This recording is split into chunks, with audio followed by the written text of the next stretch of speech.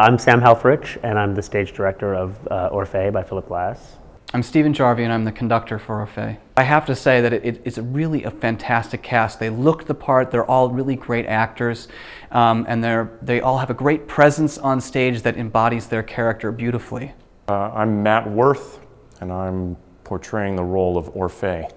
My name is Heather Buck, and I'm singing the role of La Princesse. My name is Sarah Jakubiak, and I'm singing Eurydice. My name's Jeff Lentz, and I play the role of Orphee. Well, to begin with, what Philip Glass did with this opera was he took the screenplay from a Jean Cocteau film, the Jean Cocteau Orphee, which was made in 1949, and he took the screenplay and set the text literally to his music.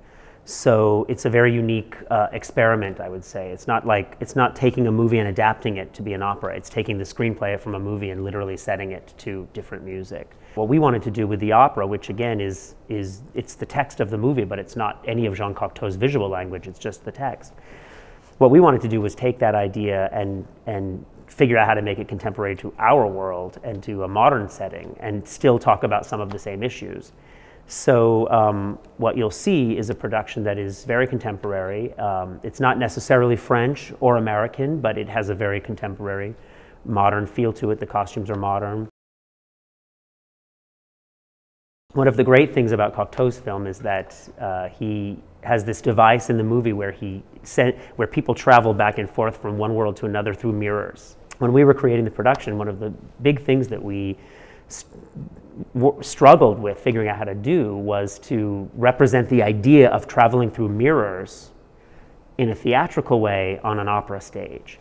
So it's now become a major part of the production. When the curtain goes up on the set, people will see a set in which the idea of mirrors or of double images is very much a part of the set. And when as the story starts to unfold, the audience will see characters being represented as double images a lot of the time in a way that suggests traveling through mirrors. It's quite beautiful, and it's something that since the very first time we did this production 5 years ago, it's something that has completely enchanted audiences. It's kind of mysterious, and it's strange, and it's very much something that you have to see live. The music is something that I think is actually very, very accessible. We're all familiar with these kind of Philip Glass sounds. We hear it in commercials and films, and he's certainly a composer whose repertoire is going to be downright standard in the future. The best compliment I could give to it is that it is quintessentially Philip Glass, but it doesn't overpower the drama. It really feeds the drama in a great way that a soundscape or a film score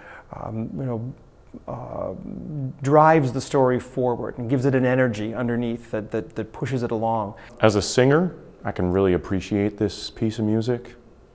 I think opposed to a number of other Philip Glass pieces, the way in which Mr. Glass wrote this piece lends itself to singing.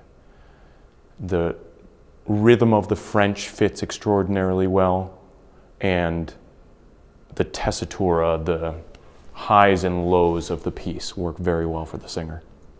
Because it's something that hasn't been explored, it's not like you come into the first day of an orchestra rehearsal or a staging rehearsal of a La Boheme, where you know what you're getting yourself into.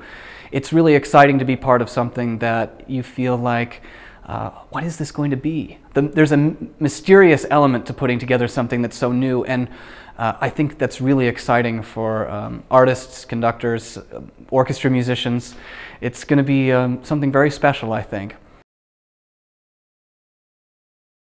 I think the audience isn't going to know what hit them. This is an incredible amalgam of opera and great theater, film. The production is this sort of nexus point of all these three different art forms. It's absolutely spectacular. The audience will be very touched and moved by this piece because it's about real human relationships, mostly bad ones, some good ones.